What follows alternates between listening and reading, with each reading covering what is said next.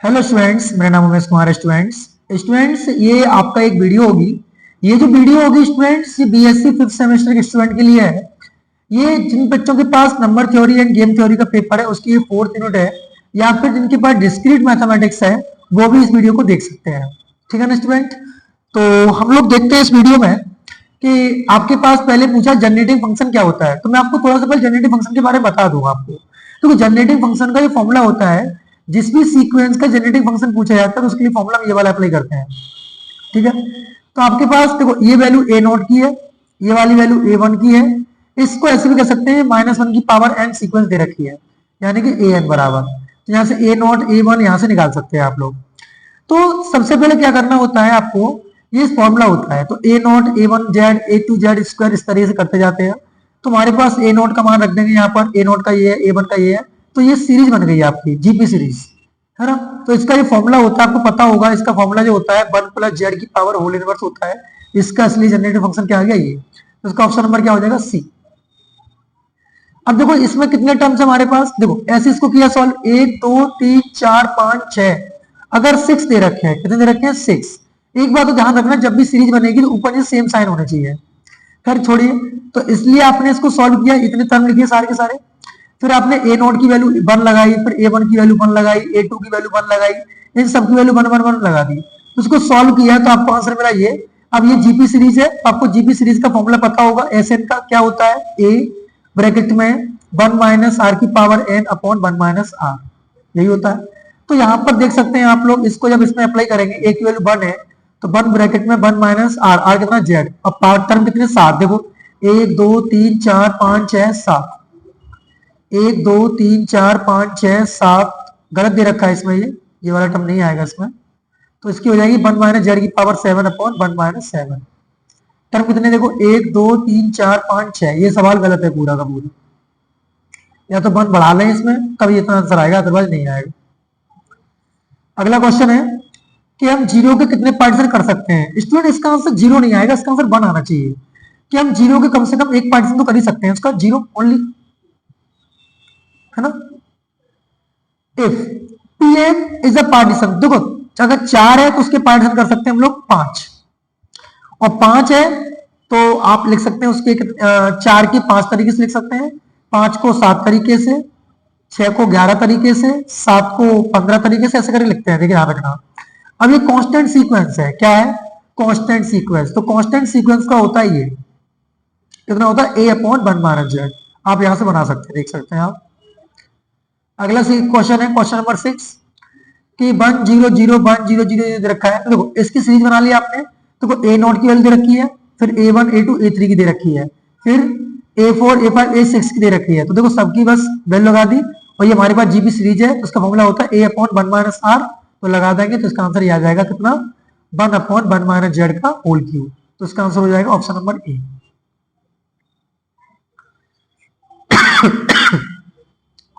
देखो ये ए नॉट है, ए वन है, ए टू है, इसको सॉल्व करेंगे तो आपको सीरीज मिलेगी, और सीरीज का समेशन कितना होगा 2 अपॉन 1 माइनस 2 जेड।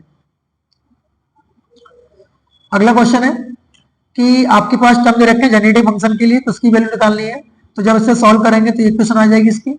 देखो ए नॉट का वैल्यू ये रहा, ए वन का ये रहा, तो इसका फॉर्मूला आपने पढ़ाई होगा कि 1 प्लस जेड की पावर -2 होता है इस सीरीज का, तो सीरीज का आंसर क्या हो जाएगा ये, ऑप्शन नंबर सी। अगला क्वेश्चन है जनरेटिंग फंक्शन फॉर 2, 5, 13, 35 इस तरीके से पूछा है, तो इसके लिए भी लगा लेंगे हम लोग फॉर्मूला, तो इसका जो आंसर निकल के आएगा ऑप्शन नंबर डी निकल के आएगा, इसका चेक कर लेना आप लोग। हाँ, आपको बता दूं जनरेटिंग फंक्शन अगर 3 की पावर n का पूछा जाए, तो b की पावर n का जनरेटिंग फंक्शन का फॉर्मूला होता है 1 अपॉन 1 माइनस bt होता है, तो 3 की पावर n का पूछा है तो 1 अपॉन 1 माइनस 3t हो जाएगा, यानी कि ये। ऐसे देखो इसको करेंगे हम लोग, कैसे करेंगे देखो, ये 2 की पावर r है तो उसका क्या हो जाएगा 1 अपॉन 1 माइनस 2 जेड हो जाएगा, प्लस इसका कितना हो जाएगा 1 अपॉन 1 माइनस 3 जेड हो जाएगा। जब इसका आप एलसीएम लेके सॉल्व करेंगे तो आपको ऑप्शन नंबर सी मिल जाएगा। अब इस सवाल को कैसे करेंगे स्टूडेंट, देखो आर की वैल्यू आप यहाँ पर देख सकते हैं, आर की वैल्यू 2 से बड़ी रख सकते हैं, आर की वैल्यू 2 या 2 से बड़ी, तो आर का मान 2 रखने पर आपको देख सकते हो 1 रखेंगे तो 0 हो जाएगा, और 0 रख नहीं सकते क्योंकि नेगेटिव हो जाएगा, है ना। तो हमें रखना पड़ेगा यहाँ पर आर की वैल्यू 2, और आर की वैल्यू 2 रखने पर हमें पहला टर्म मिल जाना चाहिए कितना, तो पहले ऑप्शन में आर की वैल्यू 2 रखो, तो 2 रखोगे तो कितना मिलेगा, ये 6 इंटू फैक्टोरियल 4 हो जाएगा, और डिवाइड में फैक्टोरियल 4 है ये, और 2 रखोगे तो फैक्टोरियल 0 की वैल्यू 1 होती है, इससे ये कट गया, 6 आ गया, तो 6 पहले ऑप्शन में आ रहा है, तो ऑप्शन नंबर ए सही हो जाएगा। ये तो आपने पढ़ाई होगा 13 वाला सवाल। इसका क्या होता है, n+1 और 2n+1/6 होता है। हाँ, ये सवाल इन्होंने गलत दे रखा है, इसमें बिल्कुल गलत दे रखा है, क्योंकि a0 की वैल्यू 2 बोल रहे हैं और a1 की वैल्यू 1 बोल रहे हैं। जब इसका आप लोग सॉल्यूशन निकालोगे तो इसका सॉल्यूशन जो निकल के आएगा, इसका देखिए ये क्या हो जाएगा, देखो इसका डिफरेंशियल इक्वेशन सॉल्व करो, d² 2e हो जाएगा और प्लस यहाँ 1 और ब्रैकेट बंद ar बाहर और 2 की पावर r आ जाएगा। इसको जब सॉल्व करोगे तो e-1 का होल स्क्वायर आएगा और इनटू में ar बराबर 2 की पावर r। तो जब इसका CF निकालोगे तो CF में सेम आएगा, तो C1 प्लस C2r है ना, और हो जाएगा प्लस, और PI निकालोगे तो 2 की पावर r ही आएगा। तो आपके पास जो रिजल्ट आएगा वो आएगा AR बराबर C1 प्लस C2r और प्लस 2 की पावर r आ जाएगा। अब इन दो इनिशियल कंडीशन को लगाओ, a0 बराबर 2, तो a0 बराबर जब आप इसमें 2 पुट करोगे तो r की वैल्यू 0, तो 0 पुट करोगे तो ये 0 ये 1, तो C1 की वैल्यू आ जाएगी 2 बराबर, एक सेकेंड स्टूडेंट,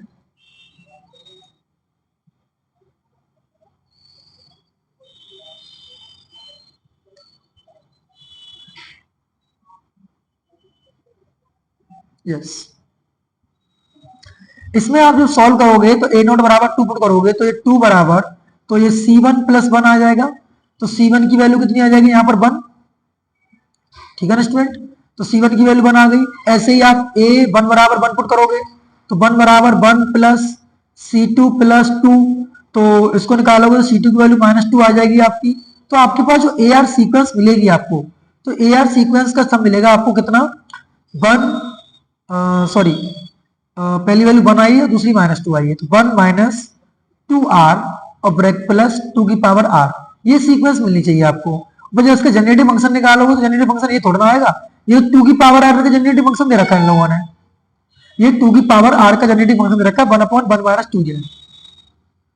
ये भी सवाल गलत है कि इन्होंने वेरीफाई करने को बोला है, तो इसका आंसर ऐसा तो आया नहीं, तुम्हारे पास आंसर आया ये वाला आंसर, तो ये सवाल गलत है 15 वाला। सवाल नंबर 16, सबको पता है 7 तो ये हो जाएगा, और उसका कितना होता है 1/1 - 3t, तो 3z, तो 7/1 - 3z कहाँ रहा, ये रहा। इसका तो 1/1 - 2t होता ही है, 2z हो जाएगा।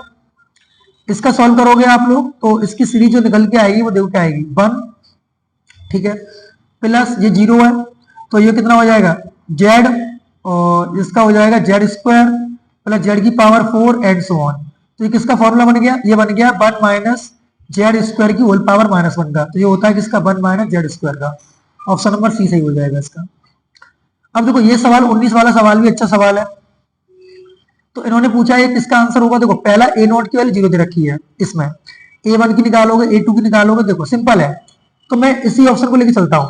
तो अगर मैंने a0 की 0 ली तो पहला टर्म 0 आएगा, a1 की वैल्यू 2 आ रही है तो 2 इंटू जेड हो जाएगा, फिर 3 इंटू z² हो जाएगा, ऐसे करके मिलते जाएंगे टर्म इसके, सॉरी 2 की पावर 2 इंटू z²। जब इसमें से 2 कॉमन निकालोगे तो z, यस 2z कॉमन निकालोगे तो 1 प्लस z 2z सॉरी, और प्लस 3z का 2z का स्क्वायर इस तरह से आ जाएगा, तो ये फॉर्मूला बनेगा 2z ब्रैकेट में 1 माइनस 2z के। तो अब हमें चाहिए केवल z, तो डिवाइड में 2 होना चाहिए, तो डिवाइड में 2 यहां से मिल जाएगा आपको, कैसे, क्योंकि 2 की पावर r इंटू 2 इनवर्स, और 2 इनवर्स कितना होता है 1/2, इससे ये कट जाएगा, तो इसका ऑप्शन नंबर बी सही हो जाएगा। सवाल नंबर 20 भी गलत दे रखा है इन लोगों ने, सवाल नंबर 20 भी गलत है। इसमें अगर इस सवाल को इतना इतना इरेज कर दें तो ये जो होती है वो आर की होती है सीक्वेंस, किसकी होती है, आर की। क्वेश्चन नंबर 21 क्या पूछा है, इसका recursive formula is also called, तो रिकर्सिव फॉर्मूले को हम बोलते हैं difference equation. Beginning information of recursive formula उसको कहते हैं बोथ, इनिशियल एंड बाउंड्री दोनों होती है। इसमें पूछा है इसका ऑर्डर, देखो पहली बात तो नॉन होमोजेनियस है, तो नॉन होमोजेनियस ये रहा, इसका ऑर्डर 1 है और डिग्री 1 है। अब ध्यान रखना लीनियर को हम लोग 1 डिग्री कहेंगे और क्वाड्रेटिक को 2 डिग्री की कहेंगे। अब ये आ गया, इसमें भी नेगेटिव पावर दे रखी है, तो जब सॉल्व करोगे तो उसके पास कितनी ऑर्डर आएगा इसका 1। ये तो पता ही होगा आपको फॉर्मूला क्या, the formula which define any term of a sequence in terms of any number, उसका क्या आंसर होगा रिकर्सिव। इसका पूछा है तो इसकी 9 डिग्री, 9 डिग्री तो नहीं आएगी, 2 डिग्री आएगी, पता नहीं। ऑर्डर, सॉरी ऑर्डर नहीं पूछा, डिग्री पूछी है, तो ठीक है 9 डिग्री, ऑर्डर 2 हो जाएगा इसका। इसका पूछा है इसका ऑर्डर, तो ऑर्डर 2 हो जाए, सही है। अब ये सीक्वेंस दे रखी है, होमोजीनियस है कि नॉन होमोजीनियस है, सबको पता है होमोजीनियस है, क्योंकि राइट हैंड साइड में कोई फंक्शन ऑफ आर नहीं दे रखा है। अब ये पूछिए ये रिलेशन कैसा है, जो बराबर में 0 तो होमोजीनियस है, ठीक है। ऑर्डर कितना है इसका 4, तो ये हो जाएगी लीनियर, और इसकी ऑर्डर कितना 4, क्योंकि डिग्री इसकी 1 है। हाँ, अगर इन्होंने, देखो मेरी बात सुनो, इस सवाल को डायरेक्ट कर सकते हैं कि 0 पुट करने पर आंसर 1 आना चाहिए और 1 पुट करने पर आंसर ये आना चाहिए। तो चेक करते हैं, सुनो।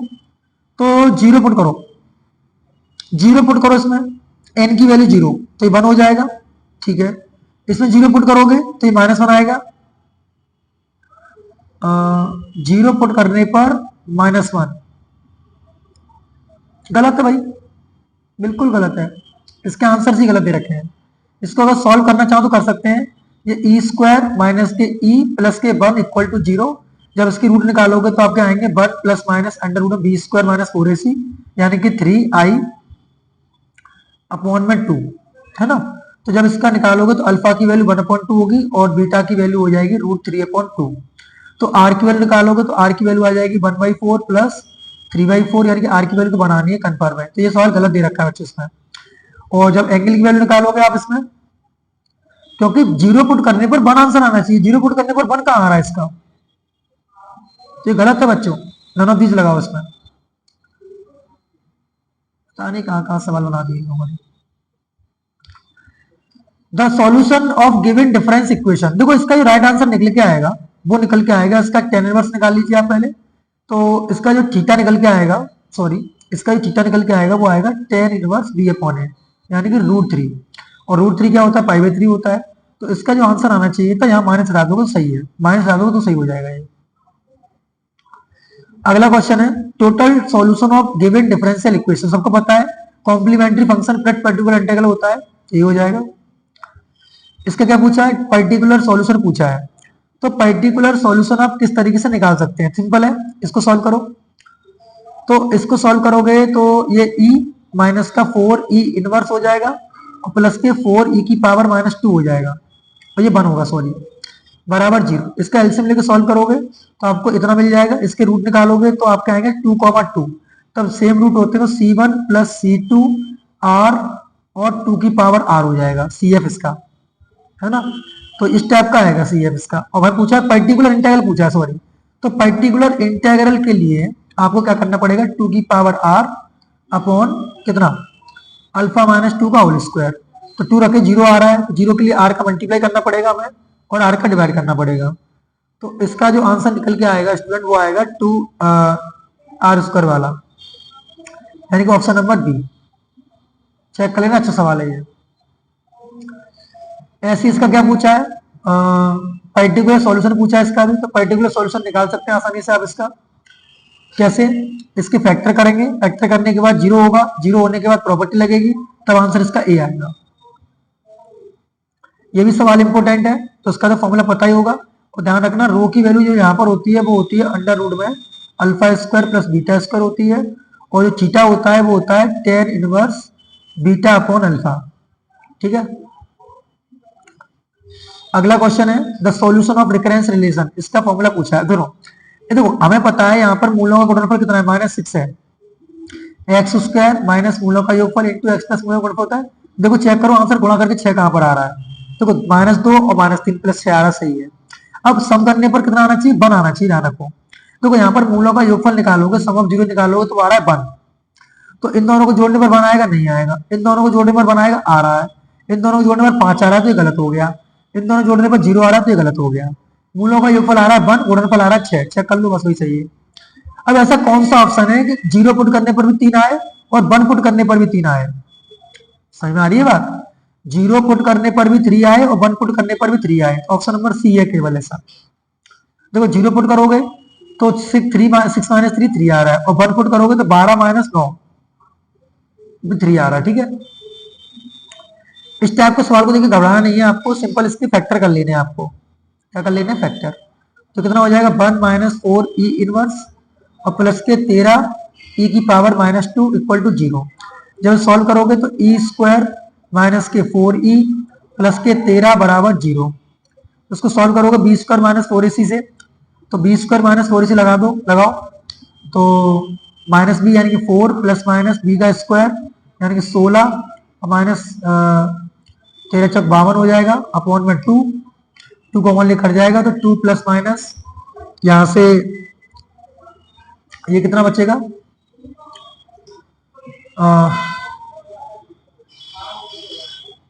3i 9 बचेगा ना, 2 कॉमन ले लेंगे तो अब इसका 3i देख लो, तो अल्फा की वैल्यू कितनी आ रही रूट में 9 और प्लस 4 13 आ रही है, 13 ये रहा, इसका सही हो जाएगा option number A.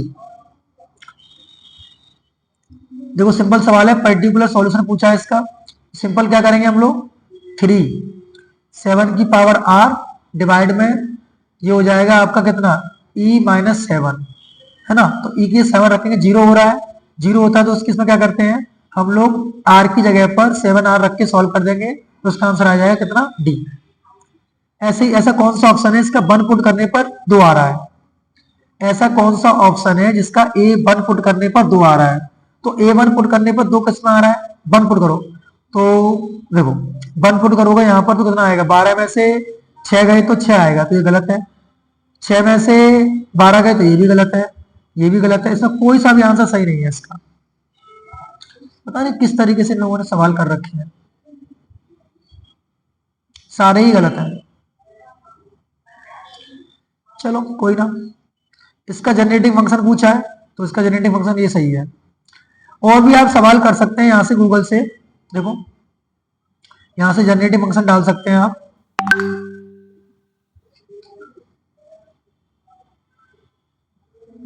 Generative function मतलब गूगल से सवाल कर सकते हैं आप, सारे कर लेना आप लोग है ना।